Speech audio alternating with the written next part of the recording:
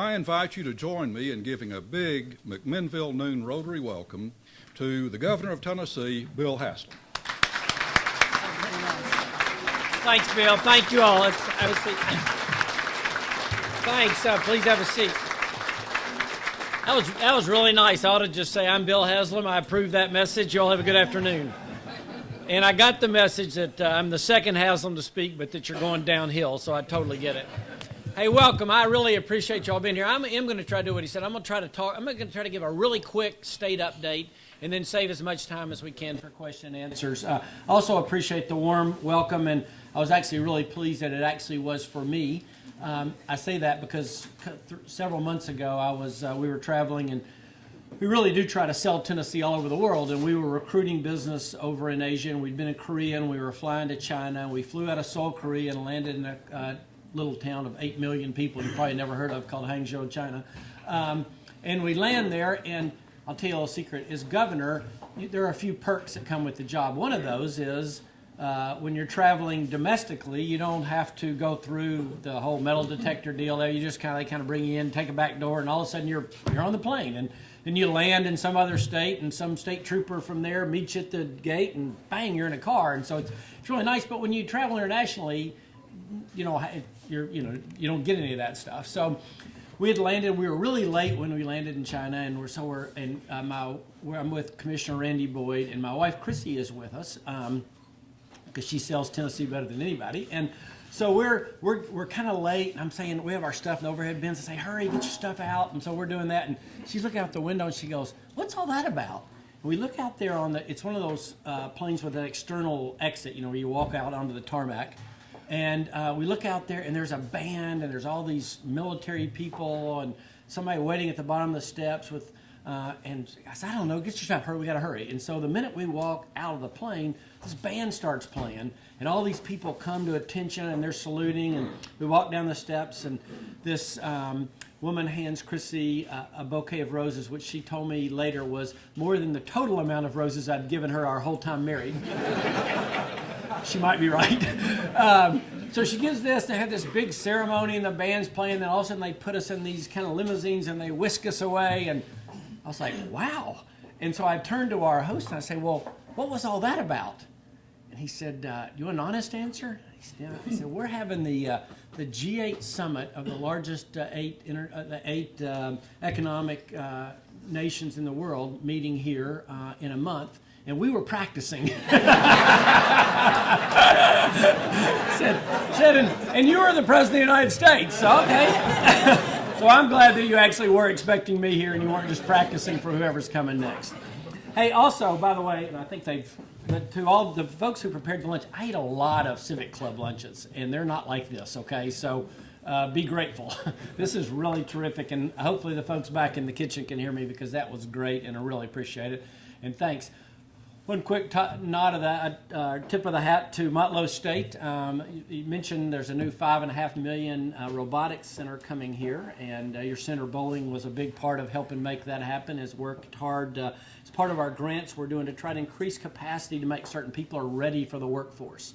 And Motlow State it was an incredibly competitive process, and they put together an application showing not only why it was needed, but why they could do it and how that would serve this entire area. And again, Center Bowling was really helpful in that process, so hats off. I also love this. When we announced the Tennessee Promise, as you said in the intro, the first state to promise 2 years free of community college to anybody that graduated from high school. And here's what people said.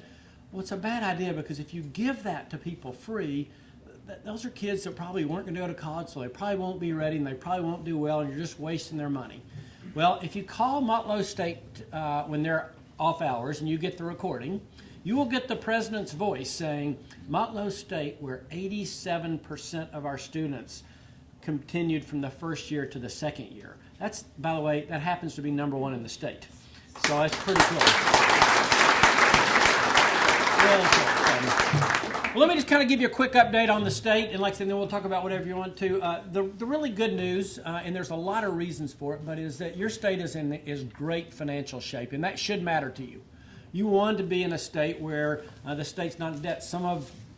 Or a lot of states can't say that. We actually, as a person in the state of Tennessee, you owe the least amount of debt, or your state does, per person of any state in the country. So we're the very lowest there. On taxes, we pay the second lowest amount of taxes per person in the country. Okay, so the lowest debt, the second lowest taxes, and to be honest with you, the states that are down there with us in low taxes, they have some advantage we don't. They have some oil in the ground that they get revenue off of, or they have beaches that we don't have that attract a lot of tourism. Of course, we have some caverns where we can go hear great bluegrass music underground. So maybe we're even.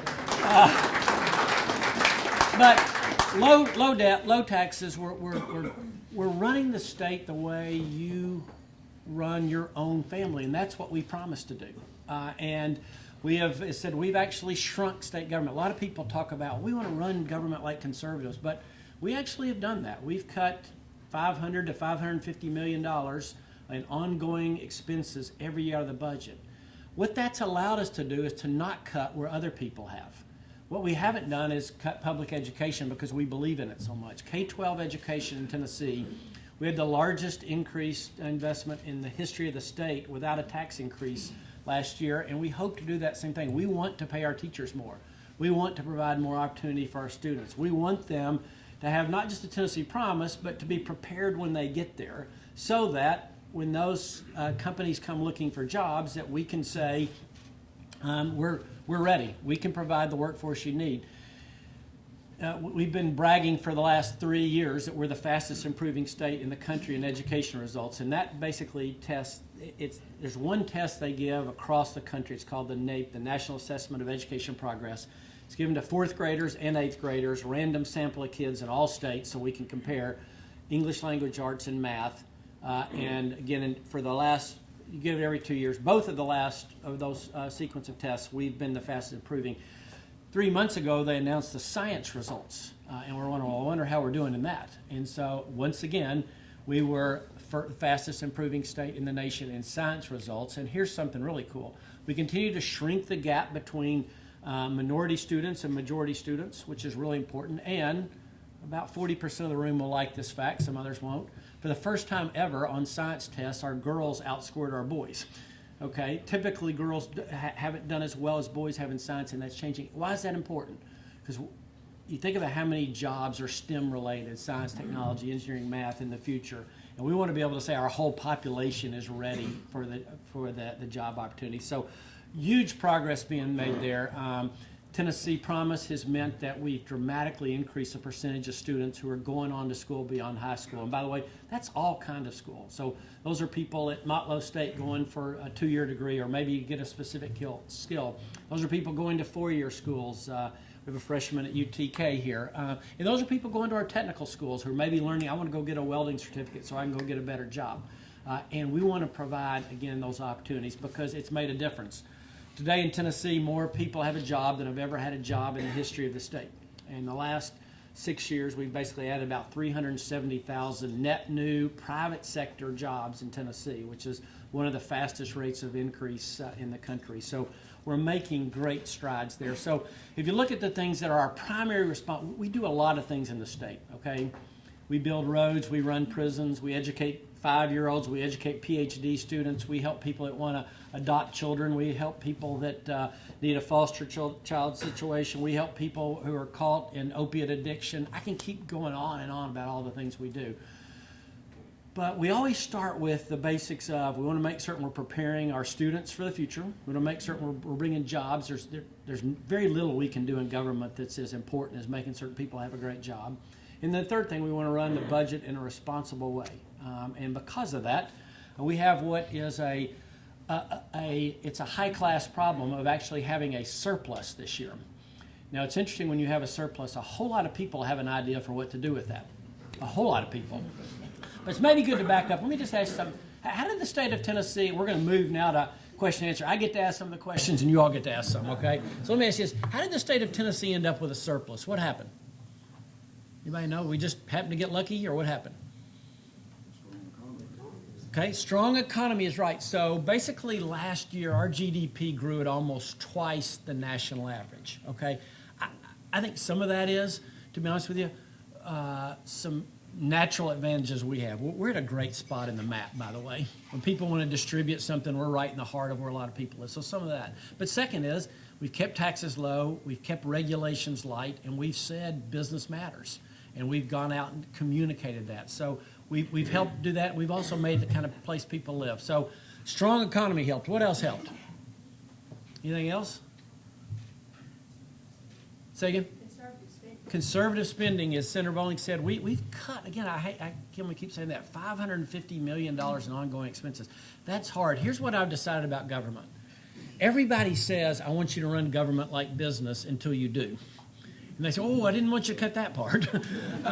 And some of the mayors and other people around here can tell you that. So, but if you don't make those decisions, times won't always be good. We're in good times in Tennessee right now, but they won't always be this way, and they will cycle back down. The history in Tennessee is what happened over the last 50 years is this. We'd get in good times, we'd spend up to the budget amount, things would kind of cycle back off and say, uh-oh, what are we going to do? So, well, we better raise taxes. And so they raise taxes to where the point now where while it's great we don't have an income tax and we don't have a state property tax, we have the highest sales tax in the country. Okay, so that's what we want to do is make certain that we don't ever get in that position again. So one of the challenges with a surplus is to be smart. I think this, whether you're a business or a government or a church or anything else, you get in trouble with the decisions you make in good times. In bad times, the decisions are easy, right? It's like, here's what we have to cut this much, we have to do that. That's when you, like I said, there aren't a whole lot of decisions to be made. In good times, you make decisions that I think can lead you into trouble when things cycle back down or when some of the things going in some of the wind at your back turns around and comes in your face. And we all know that will happen someday. So I actually think this is, people say, what do you think the most important thing coming up in session this time is? I really think it's how we deal with a budget, because we have the, again, high-class problem of dealing with a surplus and making certain we're thoughtful about what to do with it. We have a couple other things that we want to address. Rural economic development is still a focus, and we're going to have several proposals on that. One of those is one that Senator Bowling's been working on for a while around the whole issue of increasing broadband access in some of our rural areas. It's a big deal, and we're going to hopefully lead with an idea that can start the conversation and end us in the right place there. We have to have a conversation around transportation. We're paying for our roads the same way that we did 30 years ago. Unfortunately, that 21 cents per gallon of gas that you pay in state tax is that you paid then is the equivalent of 11 cents today. What happened is, everybody think about what you were driving in 1988. Everybody got that picture of what you're driving in 1988, so 29 years ago. Now think about what you drive today and tell me how much better mileage you get. Okay, whatever it is, if you're getting 50% better mileage or 25% better mileage, you've gotten a tax cut for your road use in that amount because you're paying that much less. That is great. It's great for you. It's great for the environment. All that's great.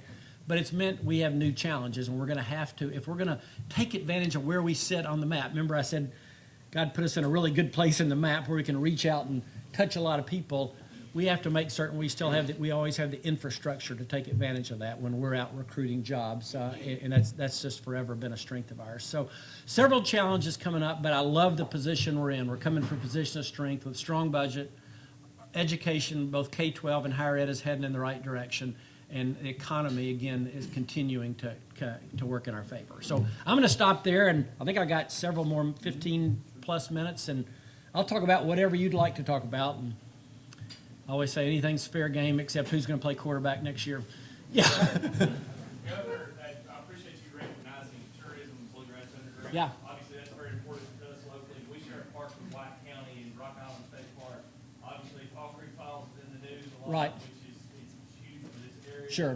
And the privatization, can you kind of comment on that? There's a lot of people locally that's kind of concerned about their jobs and Sure. what's going to happen to you. Sure.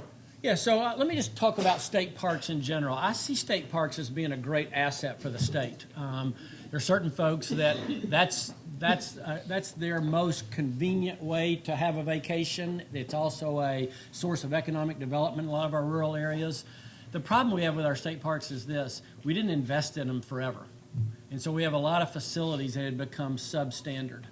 And because of that, it got harder, it's getting harder and harder to recruit people to come stay there because they'd say, this isn't quite up to where what I'd like to take our family. So what we really have to do is you have three questions I think you should ask around things like state parks. That one, should the state have them? Should the state be doing them? I think the answer is yes. Okay. Number two, do we have the kind of facilities that we need, and have we invested in them appropriately? I think the answer to that is no. And so you're seeing us, like at Fall Creek Falls, put significant money into them. The third question then becomes, are we the best people to run them? Are we the best people to run the marina, to operate the golf course, to operate the lodging facilities? I don't know that we are in most cases. Now, somebody needs to, and the state is still going to own that, and the state still needs to put money into it. So the people are saying, we're going to sell off the state parks. No way. It's just not going to happen, okay? But we are going to invest in them. We are going to make certain that professionals are running them the best way possible. There's certain things the state we can do better. The park rangers there, they're going to be our employees because we think we can do that better. Running the marina, I bet there's a marina operator who can do it better than we can. So that's kind of been what our philosophy is. Great question. Yes, sir. Hey. Sure. So the healthcare in Tennessee obviously is always going to be connected to what's happening nationally. And I think we're all going to sit back and wait and see what happens in Washington. And anybody that can tell you exactly how that's going to play out, I think is kidding you or themselves. Obviously, the Republicans in Congress have said they want to move forward with repealing and replacing Affordable Care Act, Obamacare. I think the repealing piece, I think they can figure out a way to do. The replacement part is going to be hard. And I think that's what the thought is. That's what a lot of people are putting thought into. I think from where we stand, I'll be surprised if you see anything significant happen different this year out of the state, because I think all of us need to stand back and wait and see what decisions happen on the federal level. Yeah. We're looking into expanding our jail. Can you speak on the jail situation in Tennessee? Yeah. So in Tennessee, basically, you have state-run prisons, and then you have counties that run prisons as well. And by the way, sometimes we are the counties are contractors for us. Sometimes when our prisons are full, we pay the counties a certain amount per day to keep our prisoners. The counties would like that number to be more, and those of you who are at counties, we're looking at doing that. And we hear you when you say we're not paying you enough for our prisoners on a per day basis. So we're looking at that. I will say this overall, and I don't know your circumstance here, whether expanding the jail here makes sense. I don't know enough to say that. I think all of us, it's kind of one of the things I think there's bipartisan consensus on in this country is try to look at how do we shrink the prison population in this country. And again, no matter whether your politics are on the left or the right, I think we can all say the path we've been on, where such a large percentage of our population is incarcerated or under parole supervision, has probably not been a good one. I think we can be more thoughtful about how we do that. Yes, sir.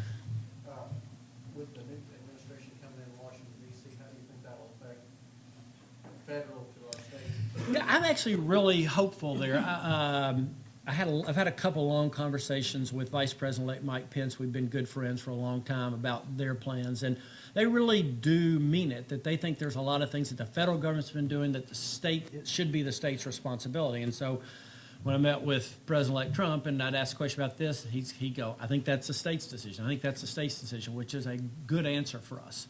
I think you'll see in health care, first of all, they're going to have to make some directional decisions in Washington, but I think we will get a lot more control over how our Medicaid program works instead of having to file for a waiver for everything from Washington.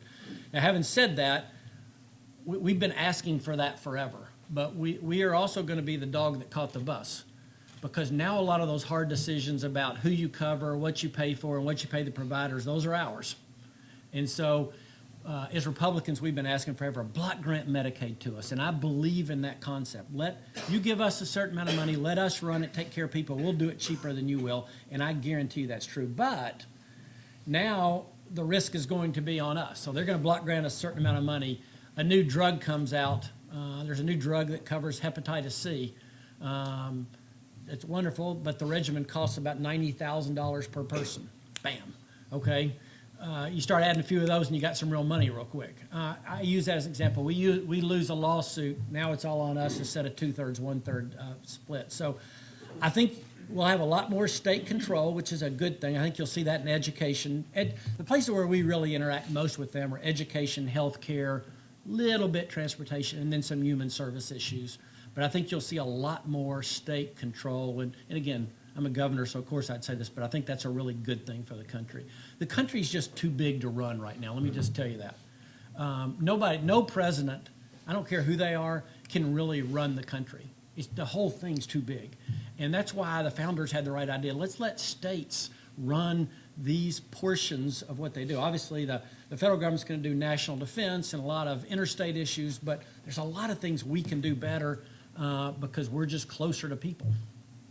See, somebody back here I saw another hand. Did I? Okay. Anybody? Question? Hey.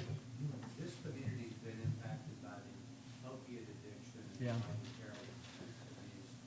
Any ideas on getting the arms around that? Yeah, and by the way, it's not just this community. If you ask me what one of my biggest concerns about the state is, it'd be that. And I'd say that east, middle, and west. And Merrick, I've become increasingly convinced that the percentage of our population that's unemployed now, I bet a big chunk of that is due to drug issues of one kind or another. So we actually are looking at putting some more money in the budget this year around mental health and substance abuse issues because we think we need that. We're also looking at some things that we can do to help communities. So in the state, we have two kinds of money, okay? We have recurring money that's going to go in the budget every year. If we add something, if we add a payment to, we add a new employee, that employee's not going to go away, so that's a recurring cost. If we build a new building, that's a one-time cost. We're also looking at, are there things we can do that communities are saying? They're setting up a new diversion program for drug addiction, so rather than throwing those folks in jail, we can have a different way to treat them. And or we'd use some of our surplus one-time money to help communities with their own efforts, kind of around what we did with the LEAP grants like we did with Motlow State. Motlow got that grant. They put together a proposal, said for our community, we need this. It's going to be one-time money. We're going to give him $5.5 million. He's going to show us what the program is. We're thinking about doing something like that. Same thing around the whole opiate addiction issues, where communities we're saying we're not taking you on. We're not going to give you that same amount of money every year, but if there's something we can help you with that can jumpstart a program, then we would do that. But it is a big issue, and no matter where you live in Tennessee, everybody needs to know that. And I think we've got time for 2 or 3 more. Yes, sir. Governor, we've had several very well-known health individuals that talked about your program and the problem, for the working poor, Mm-hmm. and the problem with the state legislature. It's hard to vision that a Republican legislature was not agreeing with the Republican government, but they put forth some very good arguments that this program for the working poor was very important. And my question, how much longer are we going to? Yeah, I obviously like the idea since it was mine. But having said that, I think the politics situation was because it was tied to President Obama, who wasn't real popular at that point in time. There were just a lot of other issues around, as well as a lot of long-term questions. But that's why I come back to we have to see what direction Washington takes with the Affordable Care Act and what that looks like going forward. I still think we need to have something for working poor that I think can provide cheaper long-term care than what we have now, where people don't have any insurance. They just end up in the emergency room, which is the most expensive coverage you can have. I think here's what I'm hoping. I'm hoping that the new administration Congress will actually do what a lot of us would do if we could design the program. We would design a program that did cover working poor people, but we also put some incentives toward healthy choices in there. One of the issues around Medicaid is this. By design, or what we call TennCare, it's a program that is free, and you can't deny service for any reason. Okay, so it's hard to incentivize good behavior when those are the rules. our Insured Tennessee, one of the things I liked about it is it did have some incentives in there for wise choices. I'm encouraged the person that President Trump has put in charge of CMS, it's Center for Medical Services, that's who administers Medicaid and Medicare, is actually the person who we worked with to design Insure Tennessee and to put those incentives in place. It's a program that she ran in Indiana that now Vice President-elect Mike Pence and then Governor Mike Pence ran. So my hope is they will allow us to go have a system that does cover people, but again puts the right incentives towards smart choices in place that would make those of us who are more conservative say, okay, this really will help people make the right kind of decisions. So, like I said, that goes back to the prior question. I think we're waiting to see what the lead is out of Washington. I'm hoping they will allow us to do a program the direction of what we were going in with Insured Tennessee, but even more so that we would know we had the right controls and incentives in place. Yes, sir. How can we break the chains of poverty? My answer is really easy. It all comes back down to education. It really does. There are a lot of other answers, and some people would say, well, let's just put more social services in place. And I do believe in social services in the right places. But at the end of the day, if you want to change somebody's life, if you want to raise their income, you raise their educational attainment. There is no better formula. And what we have to realize, though, is you can't just say, okay, we're going to do what we did in Tennessee and give everybody 2 years community college free. That doesn't work if students aren't prepared when they get there. So one of the biggest things we did in Tennessee was we raised our standards and expectations of K-12. And we said, we don't care who the student is. We don't care if they're the most rural, poverty-stricken family or the most urban, poverty-stricken family. We think every child can learn, and we should have high expectations. So raising expectations, being really clear with teachers, here's what we think that child should know at this point, and then having the right assessments in place. Then they're prepared that when they get to Motlow State or UT or wherever they're going, they're prepared. I don't know of a better plan to change people's life trajectory than that. And as a country, we've thrown a whole lot of money at trying other approaches. I'll bet on education every time. Last question. Anybody? All right. Yep. Yes. Okay. Doesn't it have something to do with the person's own sense of dignity and self-worth and their own goals and all, and somebody we need to foster that? Do people have a concept of what they want to do and accomplish? It really does. Let me say this. I've now been a mayor for 7 years and a governor for 6. I really do believe in government. We have a role to play, okay? Now, we're not playing our role when we foster dependence, and we need to separate that out. But I'm reminded, like I said, we had a week 6 weeks ago where it started with a school bus wreck in Chattanooga where 4 children were, second and third graders were killed. And then we had that same 3 to 4 days later, the fires hit up in Sevier County in Gatlinburg, and 14 people lost their lives. Total damage probably about $700 million, and it's just. I was there the next day. It's just heartbreaking. And then that same day, we had tornadoes hit. Some not far from here, but a couple people killed in McMinnville County in Athens. And you see when that happens, there are people who need us. And those of us in government need to remember that. We have a sacred responsibility to help vulnerable people. And that vulnerability can happen a lot of ways, from that to being a child of somebody that has an opiate addiction. And so I take that responsibility very seriously. Our job is to balance, to make certain we're not just creating a long-term dependency that's not serving anybody. So that's what I think the balance that we should all struggle with to get government right. All right, some of you all need to go back and go back to your jobs. So thank you all. Let me just end by this. I have the greatest job in the world. I really do. I wouldn't trade with anybody. And part of the reason is I go around the state and I see people like, y'all don't have to be here. I mean, you could go be, doing something else, but you're here because you care. And I could take you to places all over Tennessee that are just full of folks like that. So it is incredibly encouraging for people like Paul and Janice and I who have a chance to serve the state in this way, that so many people really do care, and we're very grateful. Thank you very much.